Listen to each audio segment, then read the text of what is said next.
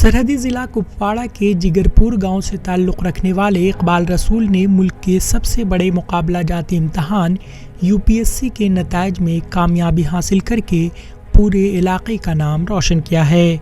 उनकी शानदार कामयाबी पर मिली और समाजी हलकों में खुशी का माहौल है। इकबाल रसूल की कामयाबी के बाद पूरे इलाके में जश्न है और इकबाल की रिहाइशगाह पर मुबारकबाद देने वालों का सिलसिला जारी है।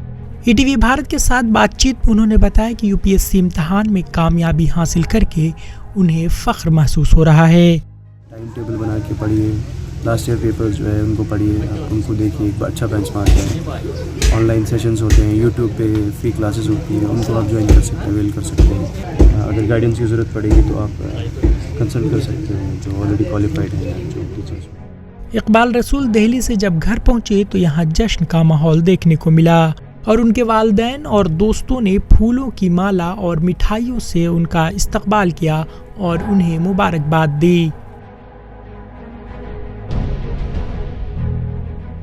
ईटीवी भारत के लिए कुपवाड़ा से शमीम बट की रिपोर्ट।